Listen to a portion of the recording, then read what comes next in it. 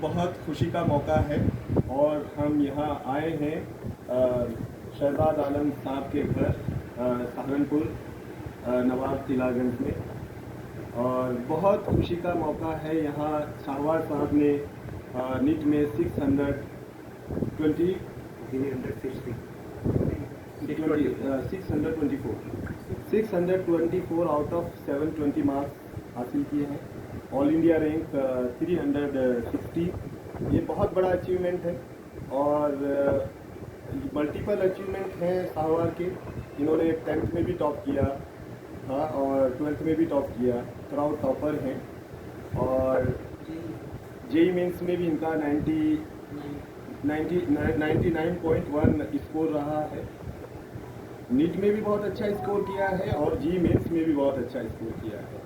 बहुत ही खुशी का मौका है और इसी खुशी के मौके पे हम इसी खुशी को सेलिब्रेट करने के लिए आज यहाँ सहारनपुर में शहजाद आलम साहब और फिरोज़ आलम साहब सन ऑफ हाजी मरहूम हाजी यासीन मोहम्मद यासीन साहब टांडा बनेरा से बिलोंग करते हैं। नेटिव शहजाद साहब का टांडा बनेरा है और यहाँ सहारनपुर में उनका अभी परमानेंट रेजिडेंस है। शहजाद आलम साहब का ताल्लुक जामिया मिलिया इस्लामिया से रहा है। हमारे सुपर सीनियर हैं शहजाद आलम साहब। और आज उनके बेटे ने उनकी मेहनत का जो उन्होंने मेहनत की है उनके साथ, अपने बेटे के साथ, आज इनके बेटे ने उस मेहनत को जो इन्होंने 24/7 अपने बेटे के लिए उसको रिटर्न किया है। बहुत अच्छा स्कोर नीट में 624 और जी मेंस में 99.1 परसेंटाइल इन्होंने हासिल किया है। तो पूरे इलाके में खुशी है और इसी खुशी को बांटने के लिए सब लोग आए हैं। डॉक्टर उस्मान साहब, साजिद साहब, मास्टर साजिद साहब, मास्टर साबिर अली साहब, जुबैर साहब, भाई साजिद साहब, देवबंद से नौसाद साहब और लोग भी बहुत खुश हैं। और ये इन्होंने एक एग्जाम्पल सेट किया है कि अगर सच्ची लगन के साथ, डेडिकेशन के साथ मेहनत की जाए तो बड़े से बड़े टारगेट को अचीव किया जा सकता है। 10th में टॉप किया तो आकाश कोचिंग ने इन्हें स्कॉलरशिप ऑफ़र की और इन्होंने लखनऊ से आकाश ज्वाइन किया और बहुत मेहनत की। मैं जब भी सहारनपुर में कभी प्रोग्राम किया, हमने देवबंद में प्रोग्राम किया तो शहजाद साहब से हमने कांटेक्ट किया कि हमें उनकी 10th की ट्रॉफ़ी देनी है, 12th की ट्रॉफ़ी देनी है। But he was so dedicated कि वो लगातार मेहनत कर रहे थे और अपना त्यौहार हो या कोई शादी हो, उन्होंने सब सेक्रीफाइस किया और मेहनत की। और आज उसी मेहनत का रिज़ल्ट है कि इन्होंने नीट भी क्वालिफाई किया है, कि मेंस भी क्वालिफाई किया है और अपने एग्जामिनेशन में जो इनका एकेडमिक वो उसमें भी स्कोर किया है। तो इसी बहुत खुशी की बात है ये और सभी स्टूडेंट्स के लिए एक मोटिवेशन और सक्सेस स्टोरी है जो नीट की प्रिपरेशन कर रहे हैं या जी मेंस की तैयारी कर रहे हैं या जी मेंस में अपीयर होना चाहते हैं। तो इसी सक्सेस स्टोरी पे हम बात करेंगे शाहवार से भी और शहजाद आलम साहब से भी कि किस तरह से इन्होंने, किस तरह की प्लानिंग स्ट्रेटेजी रही और किस तरह से इन्होंने नीट को और ये थ्राउट टॉपर रहे, वो कौन सी ऐसी स्ट्रेटेजी थी जिससे इन्होंने नीट और उसको बीट किया। तो शाहवार साहब बहुत मुबारक हो। देखिए कितने सब लोग आपके लिए आए हैं आज। शहजाद आलम साहब बहुत मुबारक हो, फिरोज भाई बहुत मुबारक हो। तो आज कैसा लग रहा है आपको शाहवार साहब? जी बढ़िया लग रहा है। बहुत खुशी की बात है। तो ये इतना अच्छा रिज़ल्ट आया है और आपने 10th भी टॉपर रहे हैं आप, आकाश की स्कॉलरशिप भी रही है और वो भी बहुत अच्छी स्कॉलरशिप रही है कि आपको जो बेस्ट कोचिंग सेंटर था वहाँ से आपको स्कॉलरशिप लखनऊ में रह के आपने तैयारी की है। तो किस तरह की प्लानिंग, किस तरह की, कब से आपने नीट के बारे में सोचा कि मुझे नीट करना है या MBBS डॉक्टर बनना है? कब से आपने इस तरह सोचना शुरू किया नीट के बारे में? अब 9th मेरा सपना बन गया था कि मेडिकल में जाना है। 9th क्लास से? तो 9th क्लास से ही आपने सोच लिया था कि मुझे नीट में जाना, नीट MBBS करना है। तो उसके बाद आपने फिर 10th में स्कोर किया अच्छा और 10th के बाद आप स्कॉलरशिप मिली और फिर वहाँ चले गए। तो आप थ्राउट टॉपर हैं, 10th में भी बहुत अच्छा स्कोर किया है आपने, 12th में भी बहुत अच्छा स्कोर किया है, नीट भी आपने क्वालिफाई किया है, बहुत अच्छे मार्क्स से किया है। इस साल का जो रिजल्ट है उसमें 360 रैंक होना बहुत बड़ा अचीवमेंट है। और 99.1 परसेंटाइल होना बायो स्टूडेंट का is a very big achievement, उसको भी आपने क्वालिफाई किया है। तो क्या प्लानिंग रहती है आपकी, किस तरह से पढ़ते थे आप, किस तरह से वो थोड़ी अपनी strategy and planning of study for other student please. हम स्ट्रेटेजी की थी कि जो क्लास में पढ़ा रहे हैं सर उसको तो पूरा बाय हार्ट अच्छे से समझ लो, कि ऐसा ना हो कि कुछ चीज़ समझ नहीं है, कोई चीज़ समझ नहीं है तभी क्लास में सर से पूछ लो, जो सर ने पढ़ाया समझ लो, फिर वापस आके अपनी सेल्फ स्टडी करनी है, क्वेश्चन प्रैक्टिस करनी है, एनसीईआरटी रखनी है और उसको बाबा करते रहो, कंसिस्टेंटली करते रहो। ऐसे नहीं कि आज कहीं घूमने चले तो घूमने चले गए, टाइम वेस्ट कर दिया, तो उसको कंटिन्यूसली करते रहो, तो फिर रिजल्ट खुद दिखने जाएंगे आपको। ये बहुत अच्छा फीडबैक शाहवार ने बताया कि जब आप किसी टारगेट को सेट करते हैं तो उसके लिए आपको उसी डेडिकेशन के साथ मेहनत करनी चाहिए। क्लासेस में जो पढ़ाया जा रहा है उससे पहले आपको पढ़ के जाएं, थोड़ा उसको रिवाइज करें।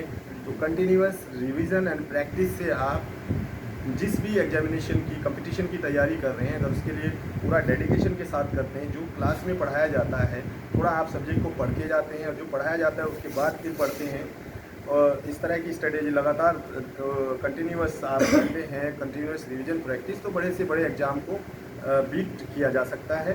ऐसा उन्होंने साबित भी किया है कि 10th 12th में भी स्कोर किया है, नीट भी क्वालिफाई किया है और जी मेंस भी क्लियर किया है।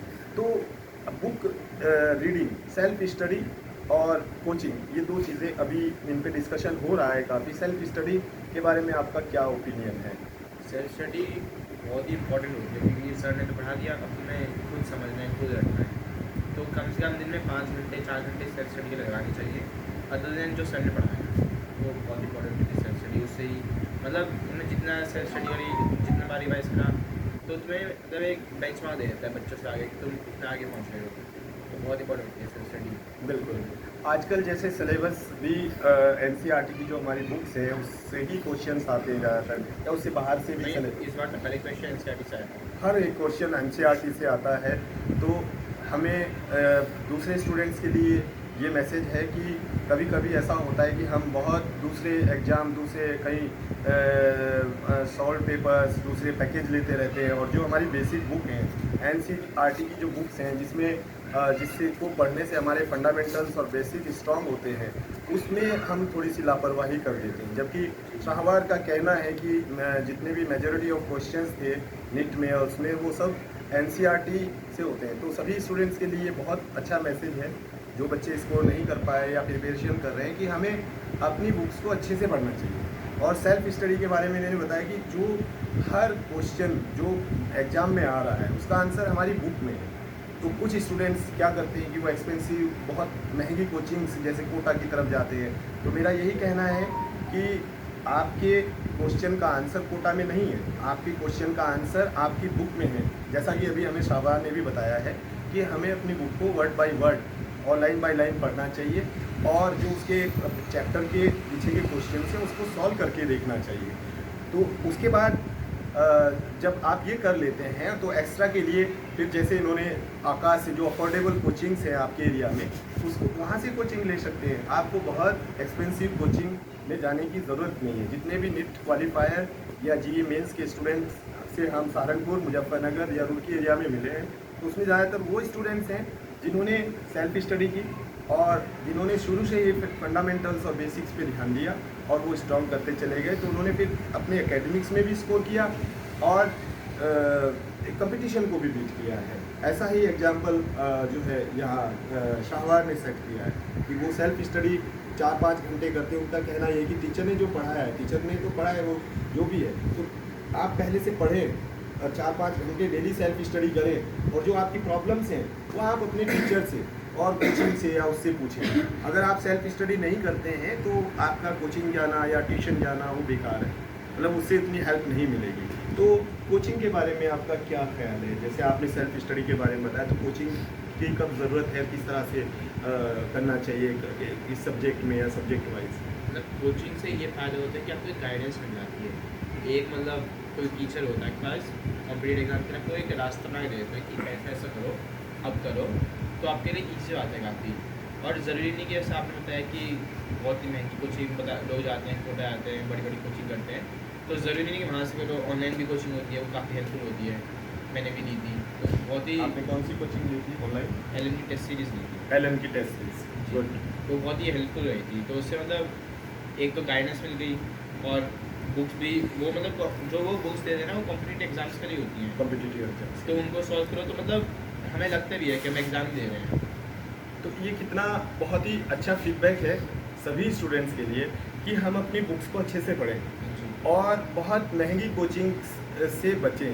मतलब वो एक ऑप्शन आपके लिए अफोर्डेबल कोचिंग है कि जिस सब्जेक्ट में आपको ज़रूरत लगती है, कि फिजिक्स में है, केमिस्ट्री में है, या जिस उसमें है, तो उसकी कोचिंग ले सकते हैं।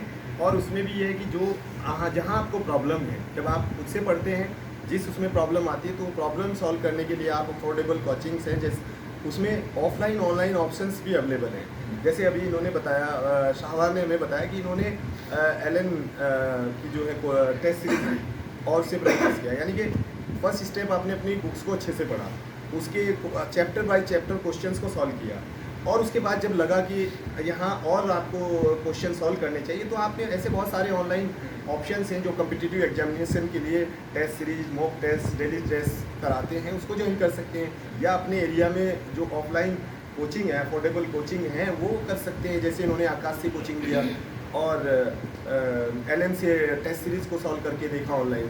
तो ये मल्टीपल ऑप्शंस, जो अच्छे ऑप्शंस अवेलेबल हैं, उसको स्मार्टली, इसको कहते हैं स्मार्ट स्टडी अप्रोच। मतलब इन्होंने जो ये अप्रोच है, ये एक तरह से कि इन्होंने सेल्फ स्टडी की, अपनी बुक्स को अच्छे से पढ़ा, क्वेश्चंस को सॉल्व किया, फिर अफोर्डेबल कोचिंग जो थी उस एरिया में इनको स्कॉलरशिप मिली और बेस्ट कोचिंग इनको मिली। उसमें फिजिक्स केमिस्ट्री के बाद जब लगा कि नहीं और टेस्ट क्वेश्चन करने चाहिए, तो ऑनलाइन ऑप्शंस को भी यूटिलाइज़ किया। तो ये स्मार्टली इन्होंने जो है अपने टाइम का यूटिलाइजेशन किया और अपने ऑप्शंस को ये नहीं किया कि नहीं मैं इसी एक कोचिंग से ऑनलाइन में जो देखा कि हाँ इसमें भी बेटर ये क्वेश्चंस पेपर है, उनको भी सॉल्व किया। तो हमें थोड़े से प्रोएक्टिवनेस बहुत ज़रूरी है। हमें ट्रेडिशनल वे में नहीं कि हमने अगर कोई कोचिंग ज्वाइन कर ली तो बस उसी पे डिपेंडेंट है कि वही हमें पढ़ाए, नहीं। आप जो साहवार ने बताया कि self study plus offline coaching, जिसमें आप वीक हैं जिस सब्जेक्ट में वो देख सकते हैं, या कोई आपका मन करता है कि नहीं चारों सब्जेक्ट में वो कर सकते हैं। उसके बाद ऑनलाइन ऑप्शंस भी बहुत सारे अवेलेबल है, फिजिक्स वाला है, एलन है, और आकाश ट्यूटर है, बहुत सारे ऑप्शंस हैं, वो ले सकते हैं, घर से बैठ के भी कर सकते हैं। और लेकिन इनका कहना ये है कि कंटिन्यूअस प्रैक्टिस, रिवीजन और यस, वो बहुत ज़रूरी है। तो सब्जेक्ट वाइज जैसे फिजिक्स, बायो और केमिस्ट्री में आप किस तरह से टाइम डिवाइड करते थे? मतलब मैं तो ये सोच रही कि सर ने क्लास में पढ़ा दिया वो अच्छे से समझ आ जाए, मतलब समझने का एम रहता था क्लास में, समझ गए, मतलब नोट्स बनाने में इतना पीछे नहीं भागता था, मतलब क्लास में समझो, फिर वापस आ गए तो फिजिक्स में ज़्यादा से ज़्यादा न्यूमेरिकल सॉल्व करता था, और बायो में एनसीईआरटी पढ़ता था मतलब 12 पढ़ता था। ऐसे मैंने 20-25 बार पढ़ी होगी कि बायो की एनसीईआरटी। बहुत अच्छा फीडबैक। और केमिस्ट्री में मतलब केमिस्ट्री में क्वेश्चन सॉल्व करो, फिजिकल में और ऑर्गेनिक में याद करो, यही है, मतलब सेम है। और इनऑर्गेनिक में रटना होता है। देखिए, सब्जेक्टिव स्टडी बहुत इंपॉर्टेंट, जैसे इन्होंने बताया हर सब्जेक्ट के बारे में शाहवार ने बताया कि बायो पूरा एनसीईआरटी की बुक से आया है, तो इन्होंने बायो को कई बार पढ़ा और उसके जो क्वेश्चन हैं उनको सॉल्व किया। तो वो पैटर्न जो आता है, अगर कहीं थोड़ा सा ट्रिकी क्वेश्चन भी आ जाता है, जब आप सब्जेक्ट पे कमांड कर लेते हैं, बेसिक्स पे आपकी कमांड होती है, तो उसको भी आप सॉल्व कर लेते हैं। और दूसरा इन्होंने फिजिक्स के बारे में बताया कि फिजिक्स में इन्होंने न्यूमेरिकल थ्योरी और न्यूमेरिकल, तो न्यूमेरिकल्स फिजिक्स पे इन्होंने थोड़ा ज़्यादा ध्यान दिया कि उसमें जो न्यूमेरिकल आते हैं उसकी प्रैक्टिस की और रिवीजन किया।